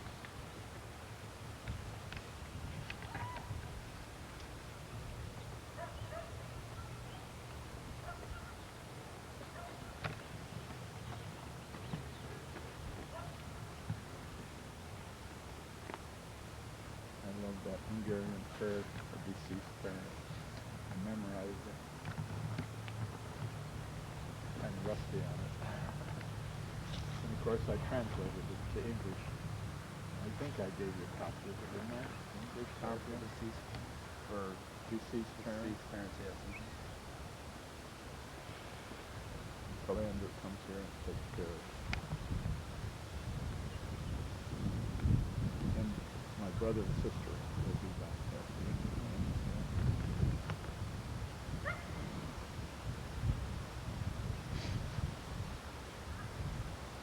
Andrew was born 5 years after I was.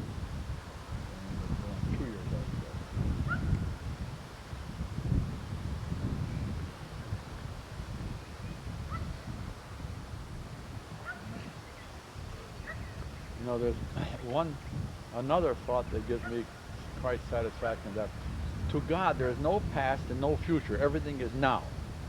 So no matter how many prayers are said years and years and years after the event, they're all put into right now. So no matter what prayers we'll say from now on for my parents or my brother and sister, God knew they was going to be said, and the soul has the benefit of that when it dies. That's great satisfaction, great knowledge, great, wonderful to know that. Just think, there's no such thing as past and future. You know, it's interesting. Apparently, some of the modern science, quantum, I don't know if they call them quantum physics and all that stuff, is beginning To agree with the Christian to principles. think of some of that. Yeah. Tim, in fact, this friend of ours, Tim Smith, was saying that something about, you know, we always think that things happen in sequence, you know, like A affects B. affects C. And one of the theories now is that cause and effect moves forward and backwards. Something like that. He understands. You know, he understands a lot of that stuff, or that what we did. Another thing he said, what we do now affects what we did back then. Let's stand near the stone. Let's stand back.